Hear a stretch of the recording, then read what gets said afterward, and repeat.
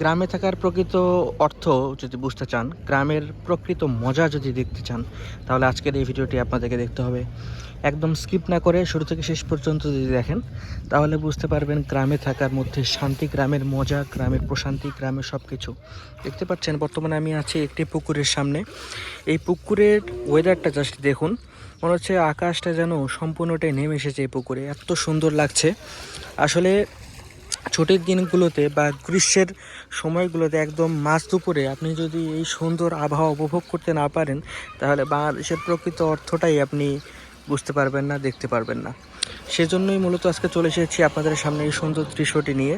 Just দেখুন, বাঁশঝাড়ের মাঝে আম গাছের নিচে কত সুন্দর একটি পুকুর পাড়, কত সুন্দরভাবে এখানে অল্প বয়স্ক এবং বৃদ্ধরা কত সুন্দরভাবে এখানে পুকুরে নেমেছে এবং গোসল করছে। আজকে হচ্ছে শুক্রবার দিন এবং এখন বাজে 12টা।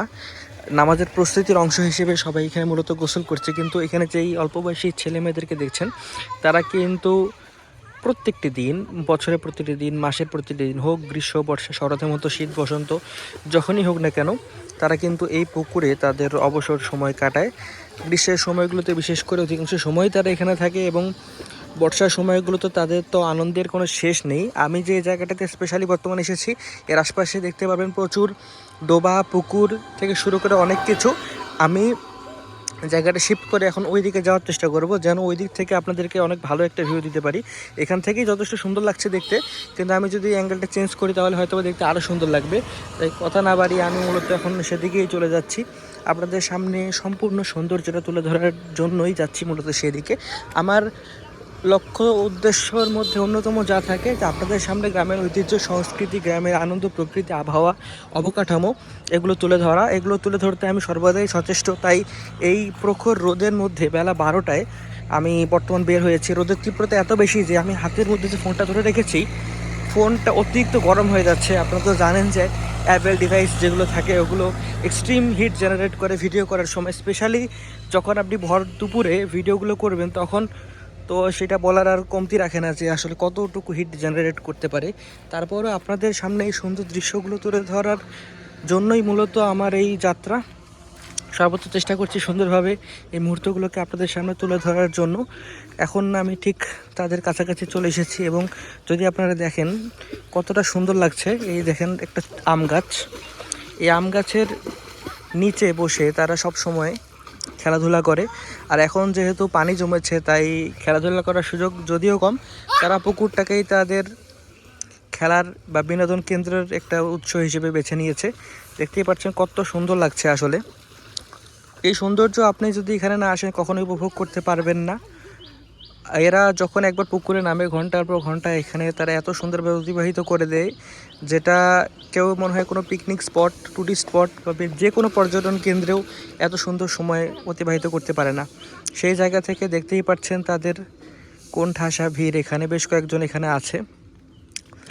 আসলে আপনি যদি গ্রামে না আসেন, গ্রামের আবহাওয়া, অবকাঠামো, জনজীবন, প্রকৃতি এসব সম্পর্কে কোনো ধরনের সম্যক ধারণা পাবেন না। তার একটা বাস্তব চিত্র এখানে প্রতিফলিত হচ্ছে। যদিও এখানে যারা আছে তারা খুব একটা সচেতন না, কিংবা তাদের আচরণগত দিক থেকে কিছুটা আলাদা অন্যদের তুলনায়, তারপরেও এখানে যদি আপনি আসেন হয়তো বা বুঝতে পারবেন। আমি যদি আশপাশটা আপনাদেরকে একটু দেখাই, তাহলে আপনারা এর সৌন্দর্যটা আসলে দেখতে পারবেন। দেখুন আশপাশের যে ভিউ, আশপাশের ভিউটা একদমই সুন্দর। এ ধরনের ভিউ আপনি কোটি টাকা দিয়েও কিনতে পারবেন না, কারণ এটা আসলে প্রকৃতির দান, প্রকৃতির দান, সৃষ্টিকর্তার দান, যা আমরা পেয়েছি সম্পূর্ণ বিনামূল্যে। এই ধরনের একটা সুন্দর স্থান আপনি যদি আপনার দৃষ্টিতে না আসেন, যদি উপভোগ করতে না পারেন, যদি এখানকার সম্যক অভিজ্ঞতা না পান, তাহলে কিন্তু কখনোই বুঝতে পারবেন না যে এই জায়গাটা আসলে কতটা সুন্দর। একবার দেখুন এরা কত সুন্দরভাবে এখানে খেলাধুলা করছে। একদম দুর্দান্ত লাগছে এই জায়গাটা এবং এদের খেলাধুলা দেখতে। আমি যদি একটু কাছ থেকে আপনাদেরকে দেখাতে পারতাম আমার খুবই ভালো লাগতো। তারপর আমি সর্বোচ্চ চেষ্টা করছি আপনাদেরকে দেখানোর জন্য। দেখুন এই বাচ্চাদের মনস্তাত্ত্বিক দিক থেকে কিন্তু তারা অনেকটাই পিছিয়ে রয়েছে। তারপরেও দেখুন তারা তাদের জায়গা থেকে কিন্তু কত সুন্দরভাবে উপভোগ করছে। তারা কি করছে কি করছে না তারা কিন্তু কিছুই বুঝতে পারছে না, যদিও তারপরও কিন্তু তারা তাদের জায়গা থেকে উপভোগ্য করে তুলেছে এই জায়গাটাকে। এখানে তেমন কিছু যদিও নেই, তারপরেও এখানে যতটুকুই আছে ততটুকুর মধ্যেই তারা তাদের সেরাটুকু খুঁজে নেওয়ার চেষ্টা করছে। এই সামনে দেখেন এই জায়গার মধ্যে কতগুলো হাঁস কত সুন্দরভাবে খেলাধুলা করছে। আসলে এই জায়গাটিতে আমি যতগুলো ভিডিও ধারণ করেছি আপনারা হয়তো বা দেখতে পেরেছেন যে এখানে জলাবদ্ধতা রয়েছে, এখানে অনেকগুলো পুকুর, ডোবা, খাল, বিল এই ধরনের জিনিসপত্রগুলো রয়েছে। এখানে অনেক ধরনের স্বল্পতা থাকার পরেও এই স্বল্পতার মধ্যেই তারা তাদের সর্বোচ্চটা খুঁজে নিয়েছে, তারা তাদের সুখটা খুঁজে নিয়েছে। এই ছেলের চোখগুলো একবার দেখুন, সে পুকুরে গোসল করে করে পানির ধাক্কায় তার চোখগুলো কেমন হয়ে গিয়েছে। তারা কিন্তু তাদের ভালো মন্দ আসলে তেমন কিছুটাই বুঝে না, কিন্তু তারপরও তাদের জায়গা থেকে তারা সবসময় এই জিনিসগুলোকে উপভোগ্য করে তোলে। আমার কথাগুলো প্রায় একই রকম হয়ে যাচ্ছে, কিন্তু আমি আসলে দেখাতে চাচ্ছিলাম যে এই জায়গার আসল সৌন্দর্যটা যদি আপনি উপভোগ করতে চান তাহলে কিন্তু আমার এই ধরনের ভিডিও যেগুলো আছে সেগুলো আপনাদেরকে দেখতে হবে। এই ভিডিওগুলো দেখার মাধ্যমে কিন্তু একটা সম্যক ধারণা আপনারা পেয়ে যাবেন।